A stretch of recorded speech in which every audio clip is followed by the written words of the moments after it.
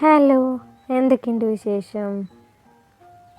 എല്ലാവരും സുഖമായിരിക്കുന്നു എന്ന് വിചാരിക്കുന്നു. ഇത് നമ്മുടെ 90ാമത്തെ പാർട്ടാണ്. നമുക്ക് സ്റ്റോറിയിലേക്ക് പോയാലോ? ഒരു കുഞ്ഞ് പാർട്ടാട്ടാ. എനിക്ക് പിന്നെയും തൊണ്ടയ്ക്ക് പ്രശ്നം വന്നു. സോ എനിക്ക് സംസാരിക്കാൻ പറ്റാണ്ട് വരുന്നുണ്ട്. അതുകൊണ്ടാണ് ചെറിയ പാർട്ട് തന്നെ. എല്ലാവരും ഒന്ന് അഡ്ജസ്റ്റ് ചെയ്യട്ടോ. നാളെ പറ്റുവാണെങ്കിൽ വലിയ പാർട്ട് ഇടാൻ നോക്കാം കേട്ടോ. എന്നാൽ നമുക്ക് സ്റ്റോറിയിലേക്ക് പോയാലോ? സ്റ്റേഷനിലെ വർക്കുകളായി ദത്തനും കോളേജിലെ ക്ലാസ്സും പഠിപ്പുമായി വർണ്ണയുടെയും ഒരാഴ്ച വേഗത്തിൽ കടന്നുപോയി. എത്രയൊക്കെ തിരക്കിലാണെങ്കിലും ദത്തൻ വർണ്ണയുടെ കാര്യത്തിൽ എപ്പോഴും വിളിച്ചന്വേഷിക്കും. ഓരോ ദിവസം കഴിയുന്നോറും അവൻ്റെ സ്നേഹം കൂടുന്നതല്ലാതെ ഒരു അംശം പോലും കുറഞ്ഞിരുന്നില്ല. നാളെ കഴിഞ്ഞ് മറ്റന്നാൾ ഷീലുവിൻ്റെയും ഭദ്രയുടെയും ബർത്ത്ഡേ സെലിബ്രേഷനാണ്. അവർ തമ്മിൽ 1 മാസത്തെ വ്യത്യാസത്തിലാണ് ജനിച്ചത്. ചെറുപ്പം മുതൽ രണ്ടുപേരും ഒരുമിച്ചായിരുന്നതിനാൽ രണ്ടുപേരുടെയും ബർത്ത്ഡേ ഒരുമിച്ചാണ് നടത്താറുള്ളത്. അതുകൊണ്ട് നാളെ വൈകുന്നേരം തറവാടിലേക്ക് പോകുന്ന സന്തോഷത്തിലാണ് വർണ്ണ. ഈ ദത്തനെന്താ വരാത്തെ? വെള്ളിയാഴ്ച വൈകുന്നേരം കോളേജ് കഴിഞ്ഞ് വന്ന വർണ്ണ വേണിയുടെ വീടിൻ്റെ സ്റ്റെപ്പിൽ ദത്തനെ കാത്തിരിക്കുകയാണ്. അവൾ അവസാനം ക്ഷമ നശിച്ച് ദത്തനെ വിളിച്ചു. 2ാമത്തെ റിങ്ങിൽ അവൾ കോൾ അറ്റൻഡ് ചെയ്തു. പറയുഞ്ഞേ, ദത്തൻ എന്താ വരാത്തെ? ഞാൻ ഇത്ര നേരെ നോക്കിയിരിക്കണു. സമയാവുന്നല്ലേ ഉള്ളൂടാ. പിന്നെന്താ എൻ്റെ കുട്ടിക്ക് എന്താ വയ്യേ? എന്നെ കാണാൻ തോന്നാ. വേഗം വരുമോ? ദത്തൻ വേഗം വരാട്ടാ. 1/2 മണിക്കൂറേ. ഐ ലവ് യു ടൂടെ ചക്കരെ. സാധാരണ വർണ്ണ വിളിക്കാറുള്ളതല്ല. അതുകൊണ്ട് തന്നെ ദത്തൻ മനസ്സും വേഗം വർക്കുകൾ തീർത്ത് അവളുടെ അരികിലെത്താൻ കൊതിച്ചു. വേണി പലവട്ടം അകത്ത് കയറിയിരിക്കാൻ പറഞ്ഞിട്ട് അവൾ അതിന് സമ്മതിക്കാതെ താടിക്കും കൈ കൊടുത്ത് റോഡിലേക്ക് നോക്കിയിരിക്കുകയാണ്. ദത്തൻ്റെ ബുള്ളറ്റിൻ്റെ ശബ്ദം കേട്ടതും അവൾ ബാഗും തോളിൽ തൂക്കി റോഡിലേക്ക് ഓടിയിറങ്ങി. വേണി, ഞങ്ങൾ പോവാ, അവൾ ഉറക്കെ വിളിച്ചു പറഞ്ഞു. ദത്തന് പിന്നിലായി കയറി. അവൻ്റെ വയറിലൂടെ കൈകൾ ചുറ്റിപ്പിടിച്ച് പുറത്തേക്ക് തല ജയിച്ചു വെച്ചിരുന്നു. എന്താടാ വയ്യേ എൻ്റെ കുട്ടിക്ക്? പതിവില്ലാതെ വർണ്ണയുടെ രീതികൾ കണ്ട് ദത്തൻ ചോദിച്ചു. ഒന്നുമില്ല, അത് പറഞ്ഞു വർണ്ണ കണ്ണുകൾ അടച്ചിരുന്നു. വർണ്ണയുടെ മുഖത്ത് അന്ന് പതിവില്ലാത്തൊരു സന്തോഷമായിരുന്നു. അവൾ വീട്ടിൽ വന്നതും വേഗം ഡ്രസ്സും മറ്റേ അടുക്കളയിൽ കയറി. ദത്തനുള്ള ചായ വെച്ച് ഗ്ലാസ്സിലാക്കി റൂമിലേക്ക് വരുമ്പോൾ ദത്തൻ കുളി കഴിഞ്ഞ് വന്നിരുന്നു. വർണ്ണ കയ്യിലെ ഗ്ലാസ് ടേബിളിന് മുകളിൽ വെച്ച് കണ്ണാടിക്ക് മുന്നിൽ നിൽക്കുന്ന ദത്തനെ പിന്നിൽ നിന്നും പുണർന്ന് അവൻ്റെ നഗ്നമായ പുറത്ത് ഉമ്മ വെച്ചു. എൻ്റെ കുട്ടിക്ക് കാര്യമായിട്ട് എന്തോ പറ്റിയിട്ടുണ്ടല്ലോ. എന്താ ഒരു വലിയ സന്തോഷം ഈ കുഞ്ഞു ഹൃദയത്തിലുണ്ടല്ലോ. അതെങ്ങനെ നിനക്ക് മനസ്സിലായി? അതെനിക്കല്ല, അത് വേറെ ആർക്കാ മനസ്സിലാവാ? എൻ്റെ കുട്ടി പറ, എന്താ കാര്യം? ദത്തൻ കേൾക്കട്ടെ. അവൻ ഷർട്ട് എടുത്തിട്ട് ടേബിളിന് മുകളിലെ ചായയും എടുത്ത് ബെഡിൽ വന്നിരുന്നു. ദത്ത, അത് പിന്നെ ഉണ്ടല്ലോ. എന്താ വേണ പറയേ? എന്താ ഒരു സ്റ്റാർട്ടിങ് ട്രബിള്? ഒരു സന്തോഷം അല്ല, 2 സന്തോഷമുണ്ട്. ആണോ? പറഞ്ഞ തൻ്റെ ബാഗ് തുറന്ന് ഇന്ന് നടന്ന ക്ലാസ് ടെസ്റ്റ് പേപ്പർ എടുത്ത് ദത്തന് നേരെ നീട്ടി. വാവ്, 30 ഔട്ട് ഓഫ് 40. Very good. കണ്ട, ഞാൻ നല്ല കുട്ടിയെ, എനിക്ക് നല്ല മാർക്ക് കിട്ടി. പറഞ്ഞെന്നാ സുമ്മാവാ? അത് പിന്നെ എനിക്ക് അറിഞ്ഞൂടെ, എൻ്റെ കുട്ടി മിടുക്കിയല്ലേ. ഇനി 2ാമത്തെ സന്തോഷം പറയട്ടെ ദത്ത? ഇവിടെ നമ്മൾ 2 പേര് മാത്രമല്ലേ ഉള്ളൂ ദത്ത? അതെ. അപ്പോൾ നമ്മുടെ ഇടയിലേക്ക് ഒരാൾ കൂടെ വന്നാൽ നല്ല രസാവില്ലേ? അതിനെന്താ, എനിക്ക് എൻ്റെ കുഞ്ഞിപ്പെണ്ണും എൻ്റെ കുഞ്ഞിപ്പെണ്ണിന് ഈ ദത്തനും പോരെ. എന്നാലും ഒരാൾ കൂടി ഉണ്ടെങ്കിൽ നല്ല രസാവില്ലേ ദത്ത? May B.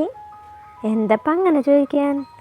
നമ്മുടെ ഇടയിലേക്ക് ഒരു കുഞ്ഞാൾ കൂടെ വരാൻ പോവാ ദത്ത. പറഞ്ഞതും കുടിച്ചുകൊണ്ടിരുന്ന ചായ ദത്തൻ്റെ നെറുകയിൽ കയറി. നീ എന്താ പറഞ്ഞേ? ദത്തൻ ചുമച്ചുകൊണ്ട് ചോദിച്ചു. അതേ ദത്ത, ഒരാൾ കൂടെ വരാൻ പോവാ, പുതിയ ഒരാൾ. നീ എന്തൊക്കെയാ പറയണേ? എനിക്ക് അതിനൊന്നും സാധ്യതയില്ല. ഞാൻ ഞാൻ എല്ലാം നല്ല പ്രൊട്ടക്ഷനിലായിരുന്നല്ലോ. ദത്തൻ നെറ്റി ഒഴിഞ്ഞു. സത്യദത്ത, കിങ്ങിണി ഉടൻ വരും. കിങ്ങിണിയാ? ആ, കിങ്ങിണി ആമ ചേച്ചിയുടെ വീട്ടിൽ അമ്മണി പൂജ പ്രസവിച്ചു. 2 കുട്ടികളുടെ കിങ്ങിണിയും കുഞ്ചും. കിങ്ങിണിയെ നമുക്ക് തരാന്ന് പറഞ്ഞിട്ടുണ്ട്, നമ്മൾ തറവാട്ടിൽ പോയി വന്ന ശേഷം. അത് പറഞ്ഞു ദത്തൻ നെഞ്ചിൽ കൈവച്ച് ബെഡിലേക്ക് വീണു. എൻ്റെ ദത്ത, എന്താ പറ്റിയേ? കുറച്ച് വെള്ളം തരൂ. അവൻ കൈകൊണ്ട് കാട്ടിയതും അടുക്കളയിലേക്ക് ഓടി ഒരു ഗ്ലാസ് വെള്ളവുമായി വന്നു. അവൻ ഒറ്റയടിക്ക് ആ വെള്ളം മുഴുവൻ കുടിച്ചു. കുറച്ച് നേരത്തേക്കെങ്കിലും നീ മനുഷ്യനെ പേടിപ്പിച്ചല്ലോടി കുഞ്ഞെ. എന്താ ദത്ത? അത് പിന്നെ ഞാൻ ഒന്നുമില്ല. അത് പറഞ്ഞ് ദത്ത നെറ്റി ഒഴിഞ്ഞ് ബെഡിലേക്ക് തന്നെ കിടന്നു.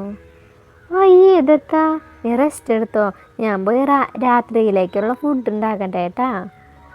പോകുന്നു നോക്കി ദത്തൻ കുറച്ചു നേരം അങ്ങനെ കിടന്നു. ദത്ത, കഴിക്കാം.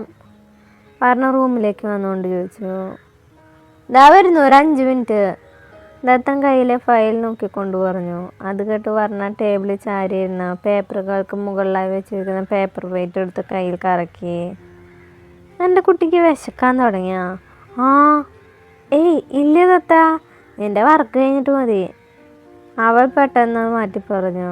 ദത്തൻ തൻ്റെ കയ്യിലുള്ള ഫയൽ ടേബിളിന് മുകളിലായി വെച്ച് വർണ്ണയെ തൻ്റെ മടിയിലേക്ക് ഇരുത്തി. സോറിടാ, കുറച്ച് ഓവർലോഡാണ് വർക്ക്, അതാ ഇത്ര സമയം. എൻ്റെ കുട്ടി ഒറ്റയ്ക്ക് ജോലി ചെയ്ത് ക്ഷീണിച്ചു അല്ലേ? ദത്തൻ അവളുടെ നെറ്റിയിൽ പടർന്ന വിയർപ്പ് തുടച്ചുകൊണ്ട് ചോദിച്ചു. ഇല്ല ദത്ത, ഇതൊക്കെ എനിക്ക് ചെയ്യാവുന്നേ ഉള്ളൂ. എൻ്റെ കുട്ടി അത്രയ്ക്ക് വലുതായ? ദത്തൻ അറിഞ്ഞില്ല. പിന്നല്ലാതെ, ഞാൻ വലിയ കുട്ടിയാണ്. നീ കണ്ടതല്ലേ എൻ്റെ എക്സാമിന് കിട്ടിയ മാർക്ക്? പിന്നെ അപ്പം നല്ല മാർക്ക് വാങ്ങിച്ചാൽ എൻ്റെ കുട്ടിക്ക് ഞാൻ എന്താ തരേണ്ടേ? ഞാൻ പറയുന്നു ചെയ്യൂ ദത്ത. പിന്നല്ലാതെ, എൻ്റെ കുട്ടിയുടെ ആഗ്രഹങ്ങൾ സാധിച്ചു തരാനല്ലേ ഈ ദത്തനുള്ളേ. എന്നാൽ നമുക്ക് നാളെ രാവിലെ തന്നെ തറവാട്ടിൽ പോയാലോ? അത് പറ്റിനല്ലടാ ദേവൂട്ടാ. നാളെ എനിക്ക് എന്തായാലും സ്റ്റേഷനിൽ പോകണം. ഡ്യൂട്ടിക്ക് കയറിയിട്ട് അധിക കാലമായിട്ടില്ലല്ലോ, അതുകൊണ്ട് ലീവ് എടുക്കാൻ പറ്റില്ല. കണ്ടോ, എന്നെ പറ്റിച്ചത് കണ്ടോ? എൻ്റെ ആഗ്രഹം സാധിച്ചു തരാന്ന് പറഞ്ഞ് പറ്റിക്കാല. എന്നോട് മിണ്ടണ്ട നീ. അങ്ങനെ പറയല്ലേ. വേണ്ട, എന്നെ വിട്ടേ. അവൾ അവൻ്റെ മടിയിൽ നിന്ന് എണീക്കാൻ ദത്തൻ എന്നെ സമ്മതിച്ചില്ല. ഡി, നിനക്കെന്താ പറഞ്ഞാൽ മനസ്സിലാവില്ലേ? ഈ വാശി അത്ര നല്ലതല്ല. അല്ലെങ്കിൽ നീ എന്തെങ്കിലും പറയുമ്പോൾ ഞാൻ എതിര് പറയാറുണ്ടാ? കഴിഞ്ഞ ആഴ്ച പറഞ്ഞു ഞാൻ ക്ലാസ്സിൽ പോകുന്നില്ല എന്ന് പറഞ്ഞപ്പോൾ എതിര് പറഞ്ഞില്ലേ? ശരി, നീ ഇനി പഠിക്കാൻ പോണ്ട. നിനക്ക് ഓരോ സൗകര്യങ്ങൾ ഉണ്ടായിട്ട് പഠിക്കാതെ, ഓരോ കുട്ടികൾ പഠിക്കാനൊരവസരം കിട്ടാതെ ഞാനായിട്ട് ഇനി നിർബന്ധിക്കില്ല. നീ വേണമെങ്കിൽ പഠിച്ചാൽ മതി. ദത്തനും ദേഷ്യം വന്നിരുന്നു. അവൻ പറയുന്നിട്ട് വർണ്ണയുടെ കണ്ണുകൾ നിറഞ്ഞു, ചുണ്ടുകൾ വിതുമ്പി. നിന്റെ കണ്ണീന്ന് ഒരു തുള്ളി കണ്ണീര് പുറത്തേക്ക് വന്ന് എൻ്റെ കയ്യിൽ നിന്ന് നല്ല അടി വാങ്ങിക്കും. ദത്തൻ അത് പറഞ്ഞ വാ പൊത്തി പിടിച്ച് കരച്ചിലടക്കി അവൻ്റെ മടിയിൽ നിന്ന് എണീക്കാൻ നിന്നു. എങ്ങോട്ടാ പോകുന്നേ? ഇരിക്കടി അവിടെ. നിന്നെ മര്യാദ പഠിപ്പിക്കാൻ പറ്റുമെന്ന് ഞാനൊന്ന് നോക്കട്ടെ. ദത്തൻ അവളെ തനിക്ക് നേരെ തിരിച്ചിരുത്തി. നിനക്ക് നാളെ രാവിലെ തറവാട്ടിൽ പോണോ? പോണോന്ന്? ദത്തൻ്റെ ശബ്ദം ഉയർന്നു. ഒന്നും മിണ്ടാതെ അവനെ നോക്കിയിരുന്നു. നീ എന്താ എന്നെ നോക്കി പേടിപ്പിക്കാണോ? ദത്തൻ്റെ ശബ്ദം പിന്നെ ഉയർന്നു. ആണെങ്കിൽ നീ എന്നെ മൂക്കി വലിച്ചു കയറ്റോ? എനിക്ക് ദൈവം കണ്ണ് തന്നിരിക്കുന്നത് നോക്കാനാ. അത് ഞാൻ എനിക്കിഷ്ടമുള്ളവരെ നോക്കും. വർണ്ണ നിറഞ്ഞൊഴുകിയ കണ്ണുകൾ തുടച്ച് ദേഷ്യത്തിൽ ദത്തൻ്റെ മടിയിൽ നിന്ന് എണീക്കാൻ നിന്നതും ദത്തൻ 2 കൈകളും അവളുടെ ഇടുപ്പിലൂടെ ചുറ്റിപ്പിടിച്ചു. നീ നിനക്ക് ഇഷ്ടമുള്ളവരെയൊക്കെ നോക്കോ? ആ, നോക്കൂ. കയ്യെടുക്ക്, എനിക്ക് പോണം.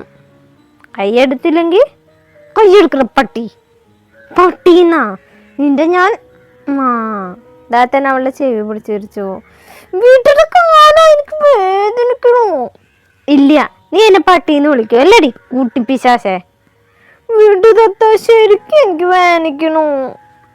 കണ്ണു നിറച്ച് പറഞ്ഞതും ദത്തൻ അവളുടെ ചെവിയിലെ പിടിവിട്ടു.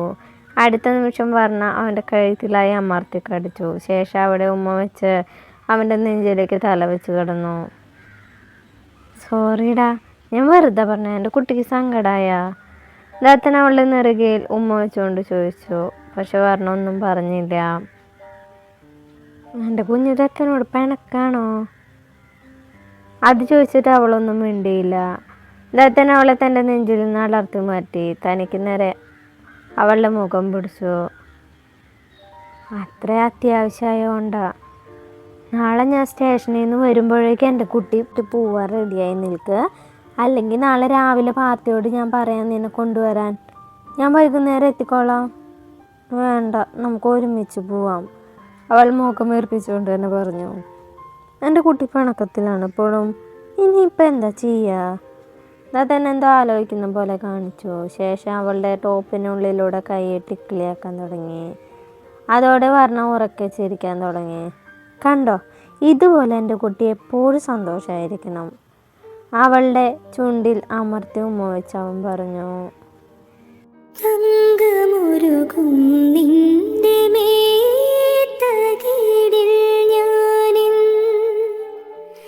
നെഞ്ചിലെ അനുരാഗത്തിൻ മന്ത്രമെഴുതുമ്പോ കണ്ണിലെരിയും കുഞ്ഞുമൺ വിളക്കിൽ വീണ്ടും വിങ്ങുമെൻ അഭിലാഷത്താൽ എണ്ണ പകരുമ്പോ തെച്ചിപ്പൂഞ്ചോപ്പിൽ തത്തും ചുണ്ടിന്മേൽ ചുംബിക്കുമ്പോൾ ചെല്ലക്കാറ്റേ കൊഞ്ചുമ്പോ എന്തിനേ നാണം, തേനിളം നാണം. ദത്തൻ അവളെ തൻ്റെ നെഞ്ചിലേക്ക് ചേർത്ത് പിടിച്ച് ആട്ടിക്കൊണ്ട് പാടി. വർണ്ണയും അവനെ ഇരക്കൈകൾ കൊണ്ട് ചുറ്റിപ്പിടിച്ചിരുന്നു. നിന്റെ തിരുനടയിൽ നറുനീത്തിരിക്കതിരായി ആരുമറിയാതെ എന്നും വീണെരിഞ്ഞിടാം. സാന്ദ്രചന്ദന ഗന്ധമായി നീ വന്നു ചേർന്നാലേ, സാന്ദ്രചന്ദന ഗന്ധമായി നീ വന്നു ചേർന്നാലേ ഇന്നുമീ ശ്രീലകം ധന്യമായിടൂ. ശ്യാമയാമിനിയിൽ നീ സാമചന്ദ്രികയായി താമരപ്പൂവിൽ വാഴും ദേവിയല്ലോ നീ. പൂനിലാക്കടലിൽ പൂക്കും പുണ്യമല്ലോ നീ. കുഞ്ഞെ, കിടന്നുറങ്ങല്ലേ, കഴിച്ചിട്ട് ഉറങ്ങാം. ദത്തൻ്റെ നെഞ്ചിൽ കിടന്ന് അവളുടെ മിഴികൾ പതിയെ അടങ്ങാൻ തുടങ്ങിയിരുന്നു. എണീക്ക്, അല്ലെങ്കിൽ ഞാൻ വെള്ളത്തിൽ കൊണ്ടുവിടുപ്പോ. ദത്തൻ അവളെ തട്ടി വിളിച്ചതും വർണ്ണ ആയാസപ്പെട്ട് കണ്ണു തുറന്നു. ദത്തൻ അവളെ നിർബന്ധിച്ച് ഫുഡ് കഴിപ്പിച്ചു. ശേഷം ബെഡിൽ കൊണ്ടുവന്ന് കിടത്തി. കൂടെ ലൈറ്റ് ഓഫ് ചെയ്ത് അവനും കിടന്നു.